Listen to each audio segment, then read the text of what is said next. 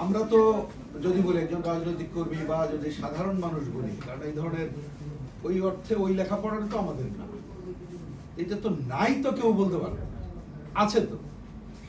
প্ল্যানের কথা তো বিভিন্ন সময় শুনি, এবং যখন বিশেষজ্ঞ প্যানেল আলোচনা হয় জ্ঞান অর্জন হয় এবং মনে হয় সমাধান কোনো সমস্যা না, কিন্তু আমরা বুঝছি ফলাফলটা কি। এখানে হাবিব ভাই তো দেখালেন যে কত আগে কি হয়েছে, ফলাফল কি হয়েছে। টাকা যাচ্ছে আর টাকা কিন্তু সমস্যা না, টাকা দরকার হলে চলে আসে, আর সমস্যা হলে টাকা আসার সুবিধাও হয়, প্ল্যানও হয়, কিন্তু জনগণের সমস্যার সমাধান হয় না।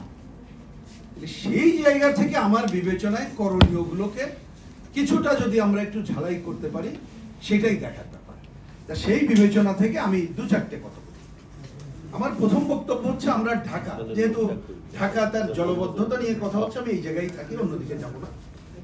কেমন চাই ঢাকা, তার সাথে তো জলবদ্ধতা জড়িত, কারণ জলবদ্ধতা হলে ঢাকা, ঢাকা শহরকে যে কোনো শহর থাকে না।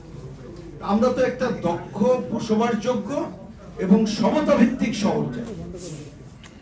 সমতা ভিত্তিক কথাটা একটু বিশেষভাবে আনলাম, কারণ একটু আগেও ডান পাশে বসে উনি কতগুলো তথ্য দিলেন যে গুলশান এবং কিছু জায়গায় কোনো ঝামেলা টামেলা নেই, এই জলবদ্ধতার ঝামেলা নাই।